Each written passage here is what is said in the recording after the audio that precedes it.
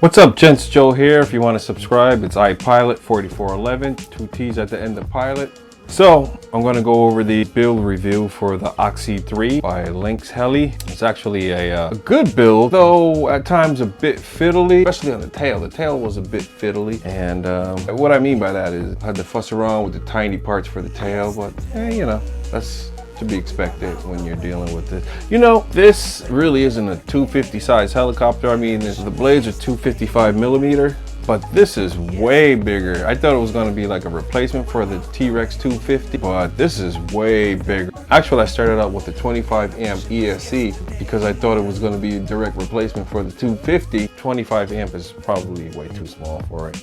But anyway, let's get under the canopy.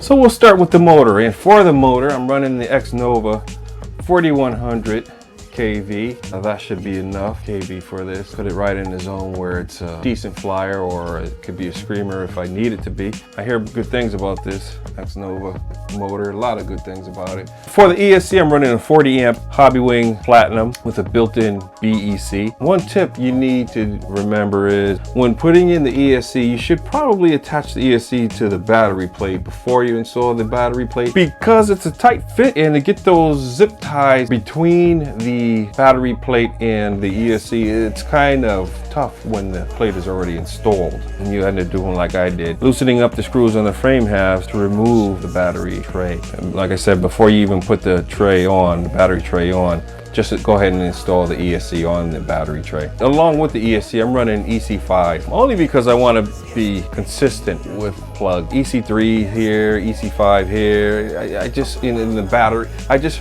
rather be consistent and just go with EC5. I'm running my servos here that I took off of the 250. Those were a bit fiddly to get the bottom screws, you know, the screws underneath the servos.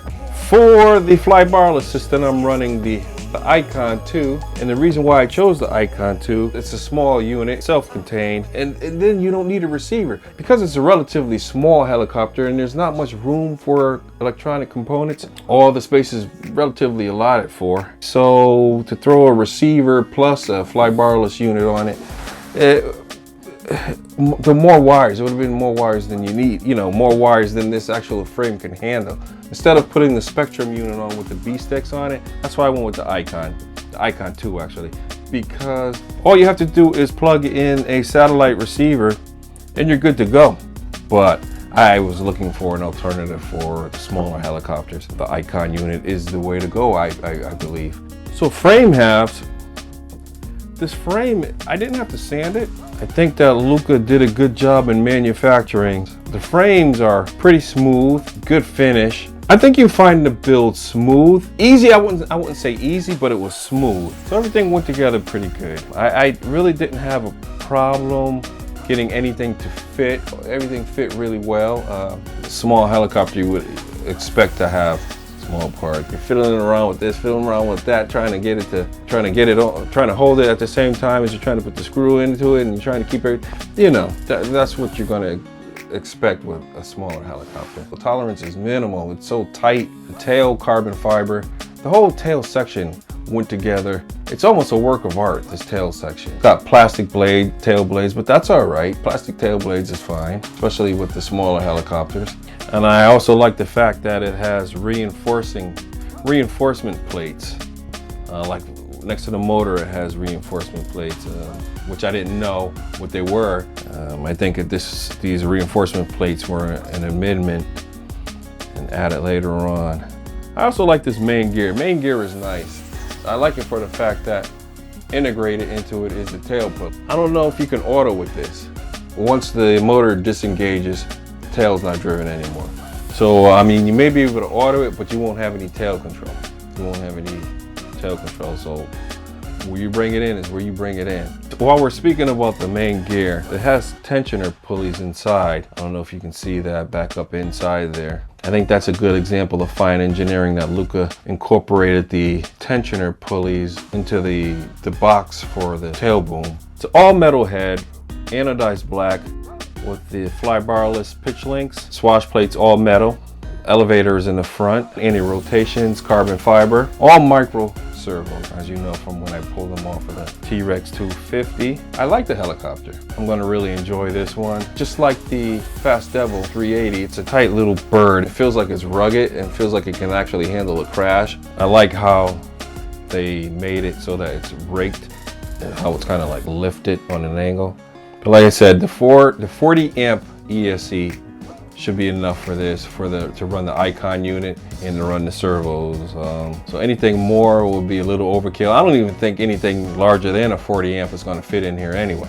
So if you get like a 60 amp, I don't think, you might as well just put that to the side and put that in stock for something later on, because I don't think you're going to get a 60 amp or anything larger than a 40 amp. I don't think you're going to get it in here. You may. I don't know if you can get like a shoehorn and some grease or Vaseline or something, you maybe will get it in there. Nah, just go to 40 amp and that should be plenty. Don't get 25 amp like I did. But like I said, 255 millimeter blades. It probably could run a little even larger blades on here, but right now we'll go with 255 and see how those do. Like I said, just one satellite receiver. I'm pretty sure that's all you need, because even on my 700 and even on the 700 and the E820 over there, I have one satellite. I probably should have two satellites on it, but I'm also running, but on the 820, I'm actually running a receiver on there. I can't remember. I can't remember. I haven't looked at it so long. Well, like I said, I'm only running one satellite on here, and that should be plenty for this. I mean, first of all, how far away from you are you going to fly this thing where it needs two satellites? The skids, it's got the one-piece design on it where if you break one side, the whole thing's got to come off and you got to replace the whole thing, along with the carbon fiber plate will come off with the skids. Then you have to unplug your satellite. That's the only thing about this. But the new design, it's a little different. The build, I just stretched the build out because going to work and I come home, maybe spend an hour on it, and then I'm done, because one, I like the build. I find it relaxing, and so I try not to get carried away and stay at it for hours on end. I try not to do that. Some days just 45 minutes on it, and then I put it aside and move on to something else. I'm gonna try and fly it really soon, but I'm getting antsy for flying time again. The wire layout is pretty good. You probably won't see too many wires on the outside. All of the wires are basically tucked inside the frame, which isn't hard, because Luca actually tells you how to route the wires.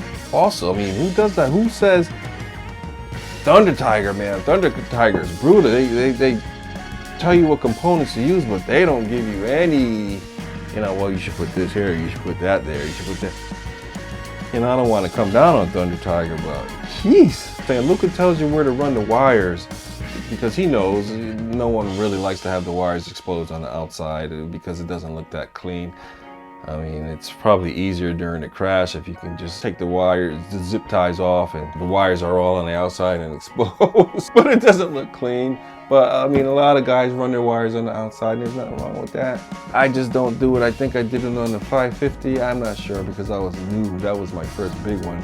Actually, that was the first one I ever built. 450, the Blade 450. You know how that came. I think I was a noob with that 550, so everything was on the outside. I think I haven't looked at that in a long time, which I will soon. Which you will soon also. I think that's it. I don't think I have anything else for you. See, I talked about the ESC. I talked about the Icon unit.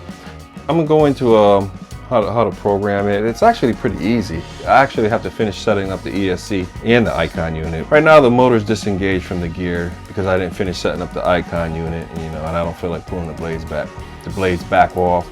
But I have to finish setting up the ESC and the Icon unit. The ESC was done when it was 25 amp, but when I put the 40 amp on, I didn't finish setting it up. It doesn't take long. You just plug that card in when you have actually I have the programming box. That makes setting up the Hobbywing ESC really easy. The battery that I've been using with this is the Turnigy 1.4 milliamps or MAH or milliamp hours, you know what it is. But it's the 1.4 to 1400. I have 3 of these. I usually get 3 because if you get 2, you just put so many cycles on those 2 and just start puffing up real quick. So I always get 3 per helicopter. Lately, I've been trying to get 3 per helicopter. And these are 4 cells. I'm gonna run 4 cells with this one. And it's 40C, so that should be enough. It should be enough to spin this motor. And I think that's it. put this here so you can see it.